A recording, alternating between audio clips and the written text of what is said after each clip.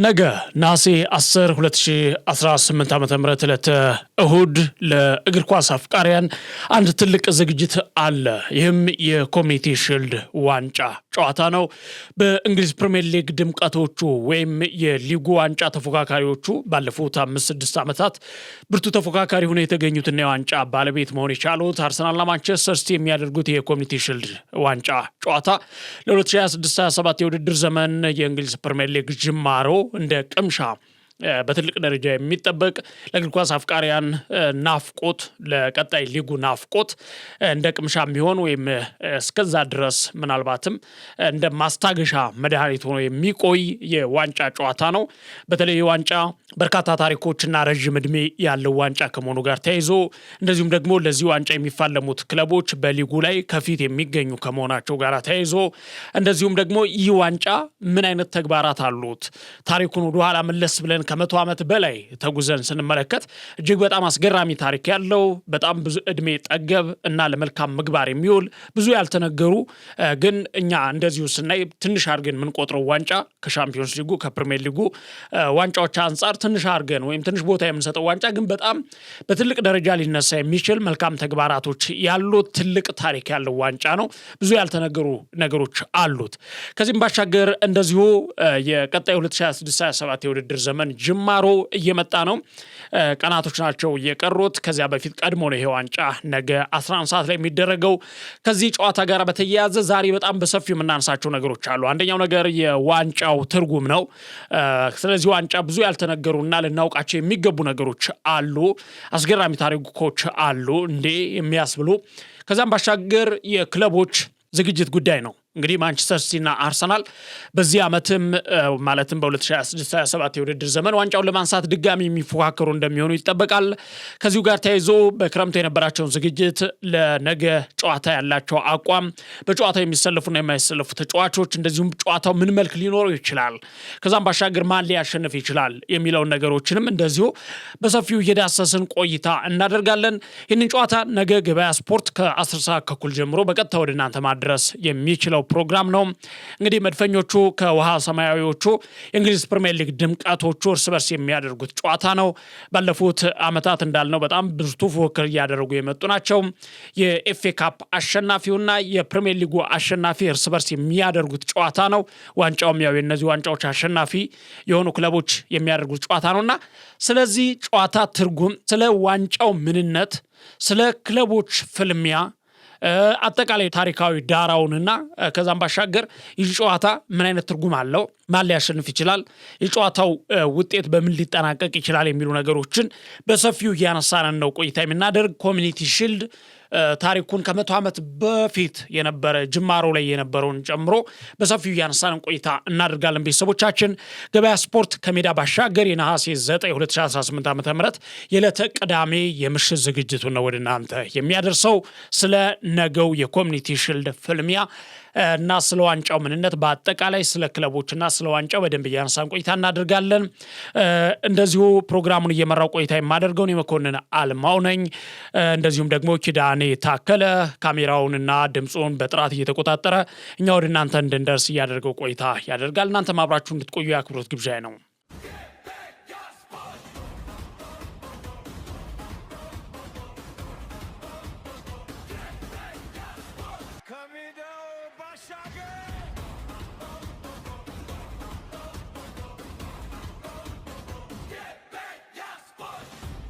ነገ እሁድ ነሐሴ 10 2018 ዓ.ም ወይም ደግሞ በፈረንጆቹ ኦገስት 16 2026 የሚደረግ የአርሰናልና የማንቸስተር ሲቲ የኮሚኒቲ ሺልድ ዋንጫ ፍጻሜ ጨዋታ ነው ወይም ደግሞ የዋንጫ ጨዋታ ነው። እንግዲህ ስለዚህ ጨዋታ እንግዲህ በቀዳሚነት አንዳንድ ነገሮች እናነሳለን። ጨዋታው በዌልስ ካርዲፍ በሚገኘው በታዋቂው ፕሪንሲፖሊቲ ስቴዲየም የሚደረግ ነው። በፈረንጆቹ ከቀኑ 5 ሰዓት ወይም ደግሞ በእኛ 11 ሰዓት ላይ የሚደረግ ጨዋታ ነው በኢትዮጵያ ሰዓት አቆጣጠር። እንግዲህ የኤፍኤ ኮሚኒቲ ሺልድ ዋንጫ በእንግሊዝ እግር ኳስ እጅግ በጣም ረጅም ዕድሜ እና እጅግ ታሪካዊ ቅርስ እንደ ቅርስ የሚታይ ወይም ደግሞ ታሪካዊ ስም ያለው ዋንጫ ነው። ከ100 ዓመት በላይ ያስቆጠረ ነው። በደንብ ምንዳሰው ነገር አለ። ስለ ዋንጫው በዋናነት ማንሳት ምንችላቸው አሁን እኛ እንዳልነው ከፕሪሚየር ሊጉና ከሻምፒዮንስ ሊግ ዋንጫዎች አንጻር ያየነን ዝቅተኛ ቦታ እንሰጠዋለን። ግን በጣም ትልቅ ትርጉም ያለው ጨዋታ ነው።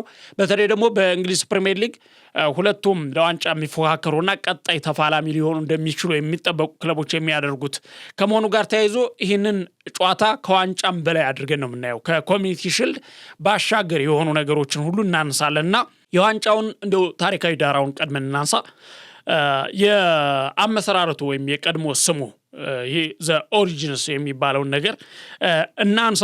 እንግዲህ ዋንጫው የመጀመሪያ ሲመሰረት የሸሪፍ ኦፍ ለንደን ቻሪቲ ሺልድ ተብሎ ነው አሁን ዛሬ ኮሚኒቲ ሺልድ ተብሎ የሚጠራው ዋንጫ የመጀመሪያው ሲመሰረት የሸሪፍ ኦፍ ለንደን ቻሪቲ ሺልድ ዋንጫ ተብሎ ነበር የሚካሄደው። የተመሰረተበት ዓመት ደግሞ በፈረንጆቹ 1908 ላይ ማለት ነው። ያ ማለት የዛሬ 118 ዓመት ማለት ነው። እጅግ በጣም እድሜ ጠገብና ትልቅ ታሪክ ያለው ነው ያልነው ከዚህ አንጻር ነው። አሁን ባለው የኤፍኤ ቻሪቲ ሺልድ ስም የመጀመሪያ ጨዋታ የተደረገው ያኔ ነው ከ118 ዓመት በፊት በ1908 ማለት ነው በፈረንጆቹ። የመጀመሪያው ጨዋታ ማንቸስተር ዩናይትድ ከኪውፒአር ያደረጉት ጨዋታ ነበረ። ሁለታቸው ማንቸስተር ዩናይትድ እና ያው ማንቸስተር ዩናይትድ በዚህ ዋንጫ ላይ ትልቅ ስም አለው፣ ቀዳሚም ነው በድል በማድረግ እናነሳዋለን። ማንቸስተር ዩናይትድ እና ከኩዊንስ ፓርክ ሬንጀርስ ወይም ደግሞ ኪውፒአር ብለን በምህጻረ ቃል የምንጠራው ሁለታቸው ያደርጉት ጨዋታ ነበረ። ጨዋታው አንዳቻ ነበር የተጠናቀቀው። ነገር ግን ድጋሜ ተደርጎ ማንቸስተር ዩናይትድ ጨዋታውን 4-0 በሆነ ሰፊ ውጤት አሸንፎ ዋንጫውን ተቀዳጅቷል። ሁለተኛ ያው የስም ለውጥ ታሪክ ነው። መጀመሪያ ያነሳ ነው አለ አሁን ላይ የኤፍኤ ቻሪቲ ሺልድ ወይም ኮሚኒቲ ሺልድ ተብሎ እየተባለ ይጠራ እንደነበረ ከዚህ በፊት፣ ነገር ግን አሁን ላይ ተቀይሮ ኮሚኒቲ ሺልድ ተብሎ ነው የሚጠራውና በፈረንጆቹ 2002 ነው የእንግሊዝ እግር ኳስ ማህበር ወይም ኤፍኤ ይህንን የዋንጫውን ስም በይፋ ወደ ኤፍኤ ኮሚኒቲ ሺልድ የቀየረው።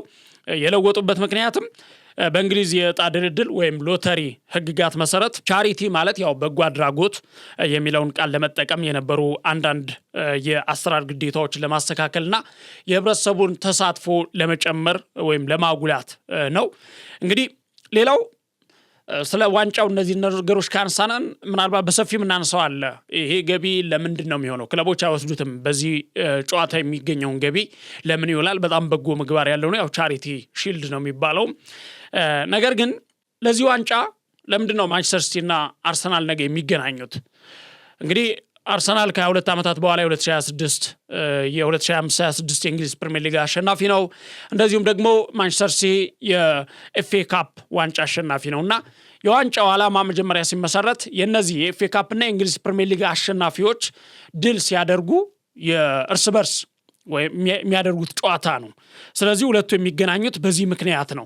ነገር ግን ስለዚህ ዋንጫ አንድ ጥያቄ የሚያጭር ነገር አለ። አንድ ቡድን ሁለቱንም ዋንጫዎች በአንድ ዓመት ካሸነፈ፣ ለምሳሌ ይህንን ዋንጫ አርሰናል ማሸነፍ ይችል ነበረ ኤፍኤ ካፕ፣ ወይም ደግሞ ኤፍኤ ካፑንም ፕሪሚየር ሊጉንም አንድ ክለብ ቢያሸንፈው ኑሮ ምን ይሆን ነበር የሚል ጥያቄ አለ። ይሄ ከሆነ እንዴት ነው የሚደረገው? በእንግሊዝ ፕሪሚየር ሊግ ሁለተኛ የወጣው ቡድን ይገጥማል ማለት ነው። ለምሳሌ አርሰናል ኤፍኤ ካፑንም ፕሪሚየር ሊጉን ማንስቶ ቢሆን ኑሮ ይህንን ጨዋታ የኮሚኒቲ ሺልድ ዋንጫ ጨዋታን የሚያደርገው የነበረ ከማንቸስተር ሲቲ ጋር ነው ማለት ነው። ማንቸስተር ሲቲ ሁለተኛ ስለወጣ ህጉ የሚደነግገው ነው ይሄ እና የሊጉ ሻምፒዮን ሁለቱንም ያሸነፈ ቡድን በሊጉ ሁለተኛ ደረጃ ከጨረሰ ቡድን ጋር ይጫወት ነበር። ያው ለዚህ ነው እንግዲህ አርሰናል እና ማንቸስተር ሲቲ ነገ ጨዋታቸውን የሚያደርጉት። ይህ ጨዋታ ዓላማው ምንድን ነው? አንዴ የሚደረግ የዋንጫ የፍጻሜ ጨዋታ ነው። አንድ ጊዜ የሚደረግ ዋንጫ ጨዋታ ነው። ጥሎ ማለፍ የለውም። የምድብ ጨዋታ የለውም እና ምንድነው ዓላማው? ዓላማው የበጎ አድራጎት ዓላማ ነው ያለው የዚህ ጨዋታ። የዋንጫ ከሌሎች ዋንጫዎች የሚለየው የገንዘብ ሽልማቱን ክለቦች አይደሉም የሚወስዱት ወይም ለክለቦች አይደለም የሚሰጠው። ከጨዋታው ትኬት ሽያጭ እና ከፕሮግራም መጽሔቶች በአጠቃላይ የሚሰበሰበው ገቢ በሙሉ በእንግሊዝ ዙሪያ ለሚገኙ ለበጎ አድራጎት ድርጅት ወይም ተቋማቶች የሚሰጥ ነው እንጂ ክለቦች አይወስዱትም።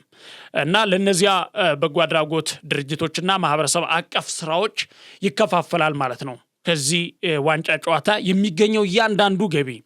እና በውድድሩ የመጀመሪያ ዙር ላይ የተሳተፉት 124 ክለቦች እያንዳንዳቸው በየአካባቢያቸው ለሚገኙ የበጎ አድራጎት ድርጅቶች የሚሰጡ ናቸው ማለት ነው። ገንዘቡ እንዳጠቃላይ የገንዘብ ድርሻ ያገኛሉ ማለት ነው።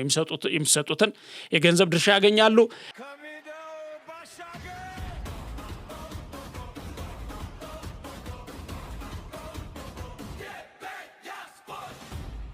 ሌላው የስታቲስቲክስና እውነታዎችን አየት አድርገን እንለፍ።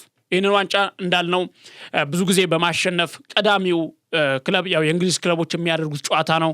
እንግሊዝ ኮሚኒቲ ሺልድ ነው።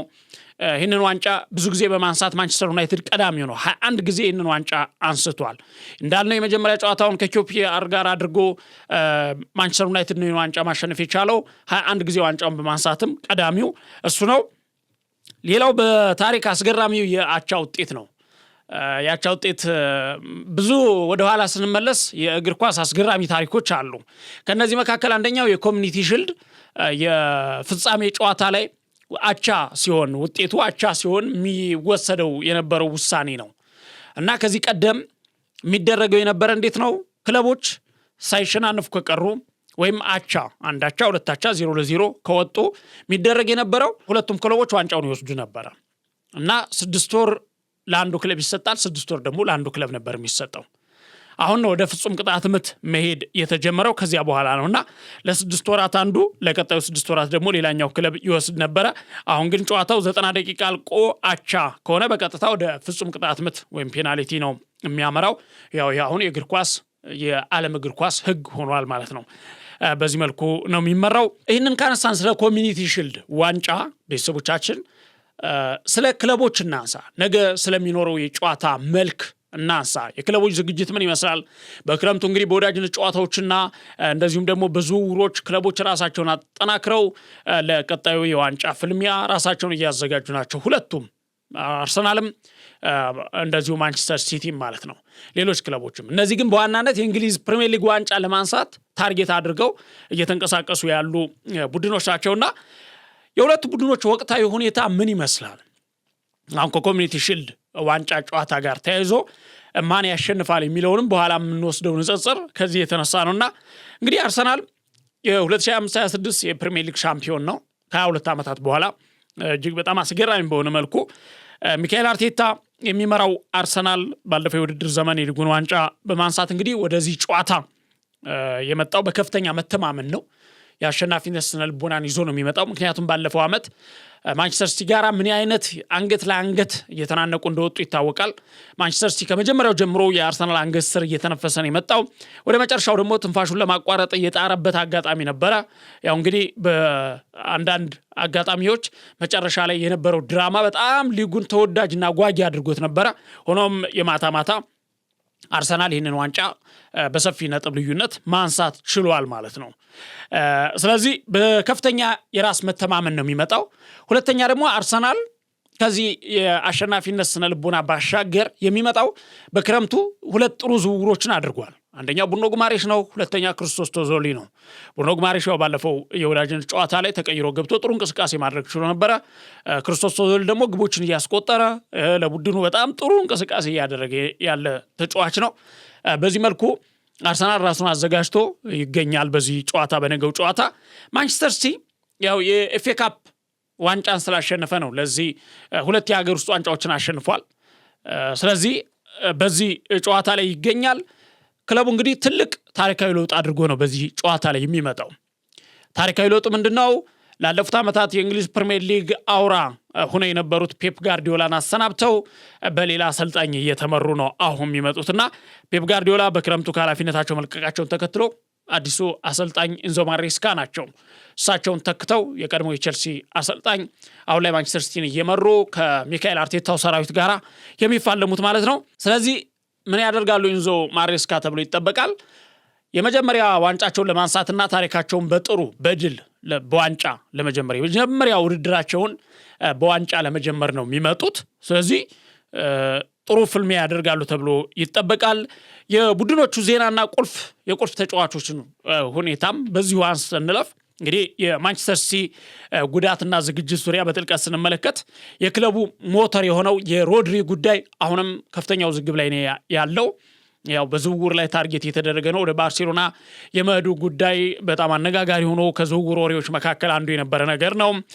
ነገር ግን በነገው ጨዋታ የመሰለፍ እድል የለውም ተጫዋቹ፣ ምክንያቱም የጀርባ ቀዶ ጥገና ማድረጉ ይታወቃልና በዚያ ምክንያት ጨዋታው ያመልጠዋል። አጥቂው ኤርሊንግ ሃላንድ ከዓለም ዋንጫ መልስ ልምምድ የጀመረ ቢሆንም ምናልባት ግን በጨዋታው ላይ ከተቀያሪ ወንበር ሊነሳ እንደሚችል እየተነገረ ነው የሚገኘው። ነገር ግን በቋሚነትም ሊጀምር ይችላል። የእሱ ጉዳይ የተረጋገጠ ነገር የለም። ጉዳት አይደለም፣ ዝግጅት እያደረገ ቆይቷል። በአርሰናል በኩልም እንደዚሁ የአርሰናል ዝግጅት ምን ይመስላል የሚለውን ነገር ስናነሳ በአርሰናል በቅድመ ውድድር ዘመን የወዳጅነት ጨዋታዎች ወይም የአቋም መለኪያ ጨዋታዎች ከኮሞ ክለብ ጋር አንዳቻ ተለያይቷል ሰሞኑን እና በቅጣት ምት አሸንፏል።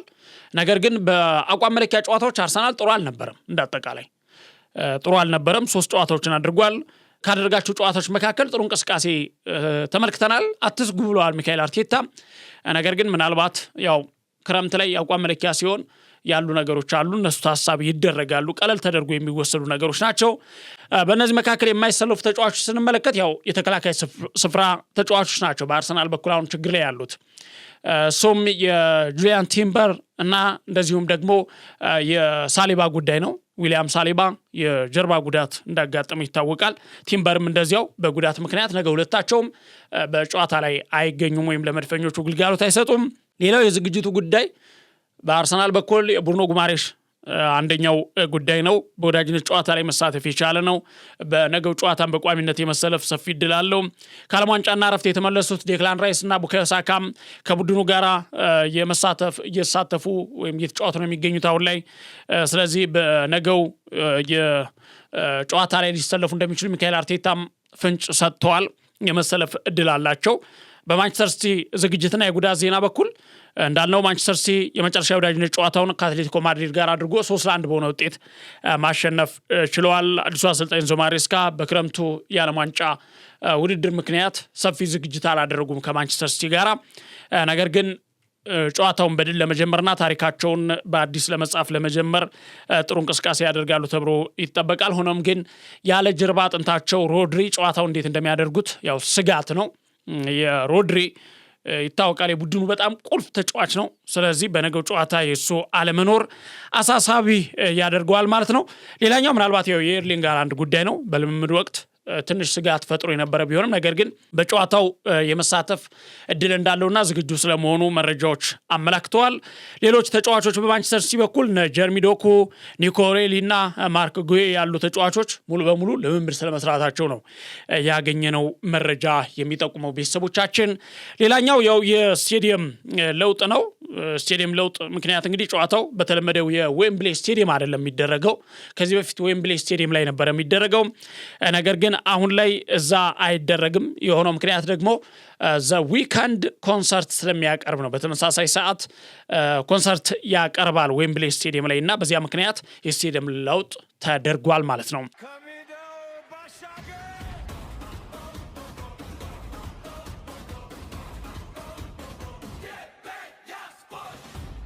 እንግዲህ እነዚህን ካነሳን ቤተሰቦቻችን ሌሎች አንዳንድ ነገሮችን እናንሳ። በተለይ ማን ያሸንፋል፣ ማን ሻምፒዮን ሊሆን ይችላል፣ ከምን አንጻር የሚሉ ነገሮችን እንመልከት።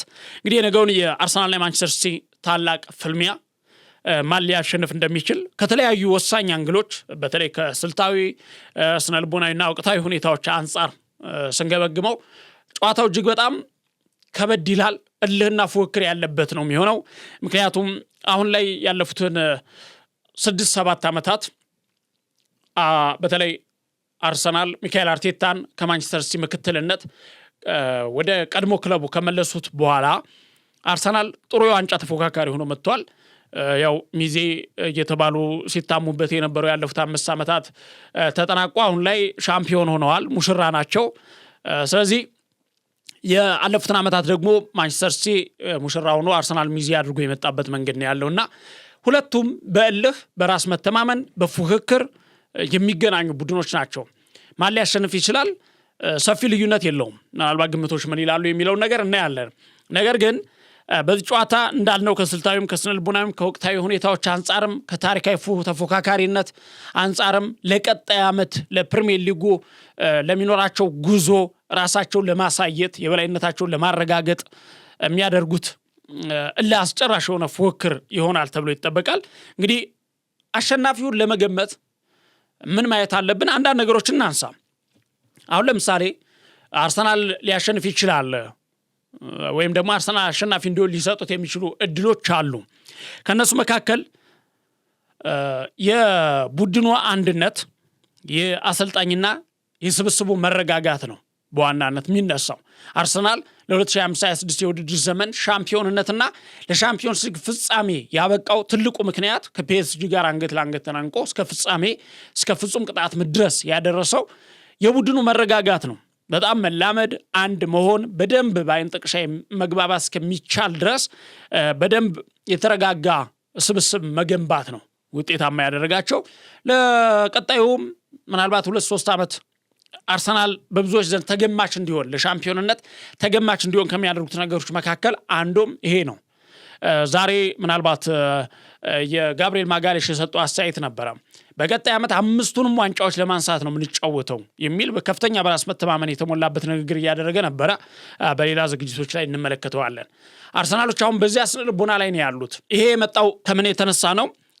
ያው ካላቸው የአሰልጣኙ በደንብ በሚፈልጉት መንገድ ሚካኤል አርቴታ አርሰናልን ገንብተውታል። ቤታቸው ነው፣ ተጫውተው ያለፉበት ነው።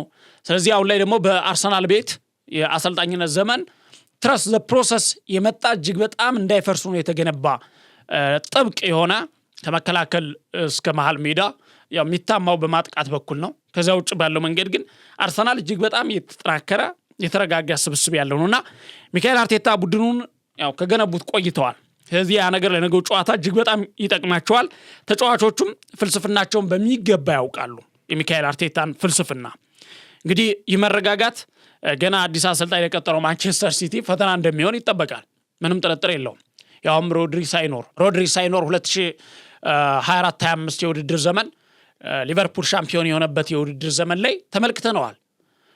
ከአርሰናል ከማንቸስተር ሲቲ የመጀመሪያ ጨዋታቸውን ሲያደርጉ ከቶማስ ፓርቴ ጋር ሮድሪ ተጋጅተው ሮድሪ የሲኤል ጉዳት አስተናግዶ ለረጅም ጊዜ ከሜዳ ርቆ ነበርና በዚያ ሰዓት ማንቸስተር ሲቲ ምን ያህል እንደተንኮታኮተ ይታወቃል።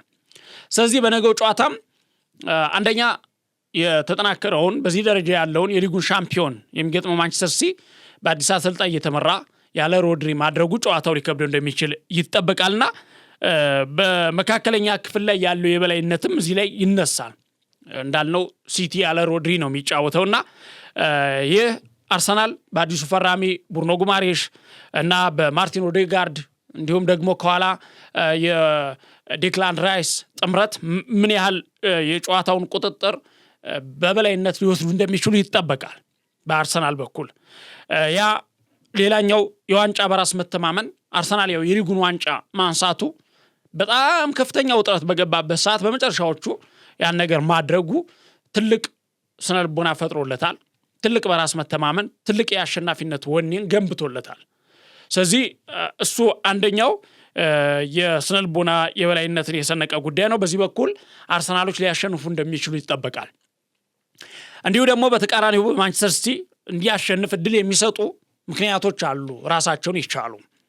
እነዚህን ጉዳዮች ስንመለከት የአዲሱ አሰልጣኝ የመታወቂያ ፍላጎት፣ አዲስ ታሪክ የመስራት ፍላጎት፣ ስማቸውን በመጀመሪያ ጨዋታ በዋንጫ የታጀበ ታሪክ የመስራት ጉዞን የመጀመር ፍላጎት አለ በኢንዞ ማሬስካ በኩል። ስለዚህ አዲሱ አሰልጣኝ ኢንዞ ማሬስካ የመጀመሪያ ይፋዊ ጨዋታቸውን በዋንጫ ለመጀመርና የራሳቸውን አዲስ ታሪክ ለመጻፍ ቡድናቸውን በከፍተኛ ተነሳሽነት ያሰልፋሉ ተብሎ ይጠበቃል። ስለዚህ አርሰናል ላይ ድል ለመቀዳጀት እንደሚገቡ ይጠበቃል። የኤርሊንግ ሃላንድ መኖር ሌላኛው ትልቅ ነገር ነው። ያው የሮድሪ አለመኖር ትልቅ ክፍተት ቢሆንም የኤርሊንግ ሃላንድ መኖር ደግሞ ለማንቸስተር ሲቲ ትልቅ እድል ነው። ምክንያቱም ከአርሰናል ተከላካዮች የሚያመልጥ አጥቂ አሁን ላይ እንግሊዝ ፕሪሚየር ሊግ ላይ በጣም ጭንቅ ነው፣ በጣም ከባድ ነው። እንደ ባቢሎን ግንብ የተገነባው የአርሰናል ወፍ የማያሳልፍ የኋላ መስመር ለኤርሊንግ ሃላንድ አይነት አጥቂ ካልሆነ በስተቀር በር የሚከፍት አይደለም። ስለዚህ ኤርሊንግ ሃላንድ ነገ ለማንቸስተር ሲቲ የመሰለፍ ዕድል መኖሩ አንዱ ትልቁ ነገር ነው። እሱ ብቻ አይደለም። ለኤርሊንግ ሃላንድ ከፍተኛ ትኩሳት የሆኑት የጋብሪኤል ማጋሌሽ እና የዊሊያም ሳሊባ ጥምረት ነገ የለም። ማጋሌሽ ሜዳ ላይ ያለ፣ ነገር ግን ዊሊያም ሳሊባ የለም በጉዳት ምክንያት። ነገ ከቲምበርና ዊሊያም ሳሊባ ለአርሰናል አይሰለፉም። ስለዚህ እሱ አንድ ትልቅ ጠቀሜታ አለው ማለት ነው። በዚህ ምክንያት ማንቸስተር ሲቲ የማሸነፍ እድል አለው። ያው ባለፉት ውድድሮች ላይም ምናልባት በ2025/26 የውድድር ዘመን ሁለቱ ቡድኖች 3 ጊዜ ተገናኝተዋል። አርሰናልና ማንቸስተር ሲቲ ሁለቱን ያሸነፈው ማንቸስተር ሲቲ ነው። አንዱን አቻ ነው የወጡት። ማንቸስተር ሲቲ አንድም ጨዋታ ባለፈው ዓመት በአርሰናል አልተሸነፈም። ስለዚህ እሱ አንደኛው ትልቅ ስነልቦና የሚሰጥ ነገር ነው። ስለዚህ ይሄ ጨዋታ እንዴት ሊጠናቀቅ ይችላል? አሁን ወደ ማጠናቀቂያው ስንሄድ በምን ሁኔታ ሊጠናቀቅ ይችላል ለሚለው ጥያቄ እናንተም ግምቶቻችሁን አስቀምጡልን። ግን ሌሎች ሰዎች ወይም ገማቾች የሚዲያ ተቋማት ምን ብለው ገምተዋል? በአቨሬጅ አብዛኛው ገማቾች ያስቀመጡት አርሰናል 55% የማሸነፍ ዕድል አለው፣ ማንቸስተር ሲቲ ደግሞ 45% የማሸነፍ ዕድል አለ የሚል ቻንስ ሰጥተዋል። የስፖርት ተንታኞች እንደዚሁ የጸሐፊዎች ግምቶች ናቸው እነዚህ። የ90 ደቂቃ ጨዋታ አርሰናል በቡድን ጥምረትና በመረጋጋት ረገድ የተሻለ ስለሆነ ጨዋታውን በመደበኛው ሰዓት የመቆጣጠር ዕድሉ ሰፊ ነው። ስለዚህ የማሸነፍ ግምት ጨዋታው 55% ለአርሰናል እንዲሁም 45% ለማንቸስተር ሲቲ የአደላ ግምት ተሰጥቶታል። ለአርሰናል ያደላ ማለት ነው። እንግዲህ አርሰናል በአሰልጣኝ ለውጥ ውስጥ የሚያልፈውን ሲቲን በመጀመሪያው ጨዋታ በመቅጣት ዋንጫውን የማንሳት ሰፊ ዕድል አለው። እንዳልነው ነው ከላይ ያነሳናቸው በጣም ዝርዝር ጉዳዮች አሉ። ከነዛ አንጻር አርሰናል ዋንጫውን የማንሳት የተሻለ ቅድመ ግምት ተሰጥቶታል። ሁለት አርሰናል በቀልም አለበት። በነገራችን ላይ ማንቸስተር ሲቲም በቀል አለበት። የሊጉን ዋንጫ በመጨረሻ ተስፋውን እንዲጨልም ያደረገው ጥረው ተከትለው እግር በእግር አርሰናል ሲከተሉ ከርመው በመጨረሻ የተበሉበት መንገድ ቁጭት አለባቸው። አርሰናልም ደግሞ በበኩሉ ቁጭት አለበት። ምን አይነት ቁጭት? አንደኛ በአለፈው ዓመት አንድም ጨዋታ ማንቸስተር ሲቲ ላይ አላሸነፉም፣ ድል አላደረጉም። ነገር ግን ካለፈው ዓመት ታቻ ምናና ያለፉት ዓመታት የአርሰናል የበላይነት ነው ያለው። ግን በአለፈው ዓመት ግን ማንቸስተር ሲቲ የበላይነት ወስዷል። ስለዚህ ያን የበላይነት የመቀልበስ ቁጭት አለበት አርሰናል። እሱኛው አንደኛው ነገር ነው እና ሁለቱም ቂም በቀልነት ይዘው ነው የሚመጡት። አንደኛ የሊጉን ዋንጫ ሲቲም አርሰናልን ዋንጫ ነጥቆታል። ባለፈው ዓመት ፍጻሜ ላይ እንደተጫወቱ ይታወሳል። እንደዚሁም ደግሞ ማንቸስተር ሲቲም በአርሰናል ዋንጫ ተነጥቋል። የፕሪሚየር ሊጉን ዋንጫ እስከ መጨረሻው ጥረው ግረው ዋንጫ ያጡት በአርሰናል ምክንያት ስለሆነ እነሱ ነገሮች አሉ። እንግዲህ እንዲያም ሆኖ አብዛኛው ግምት ግን ለአርሰናል ተሰጥቷል። ሆኖም ጨዋታው እስከ መደበኛ ሰዓት ፍጻሜ ድረስ ለአስጨራሽ እንደሚሆን ይጠበቃል። ማን ሊያሸንፍ ይችላል? በጣም በጉጉት የሚጠበቅ ነው። ገበያ ስፖርት ይህንን ጨዋታ ከ10 ሰዓት ከ30 ጀምሮ በቀጥታ ወደ እናንተ ማስተላለፉን የሚቀጥል ነው የሚሆነው። እናንተም ግምቶቻችሁን አስቀምጡልን። ነገ ረፋድ ላይ ዝግጅታችን ተመልሰን እንገናኛለን። እንደዚሁም ደግሞ በጨዋታው ቀጥታ ስርጭት ከእናንተ ጋር እንሆናለን። እናንተም አብራችሁ እንድትሆኑ ከወዲሁ ጥሪ እናስተላልፋለን። ስለተከታተላችሁ ከልብ ነው የምናመሰግነው። እኔ መኮንን አልማው ፕሮግራሙን እየመራው መረጃዎችን እናንተ አደረስኩኝ። እንደዚሁም ደግሞ ኪዳን የታከለ ካሜራውንና ድምፁን በብቃት እየተቆጣጠረኛ በጥራት ወደ እናንተ እንድንደርስ ያደርግ ቆየ። አብራችሁ ስለነበራችሁ እናመሰግናለን። የነገ ሰው ይበለን።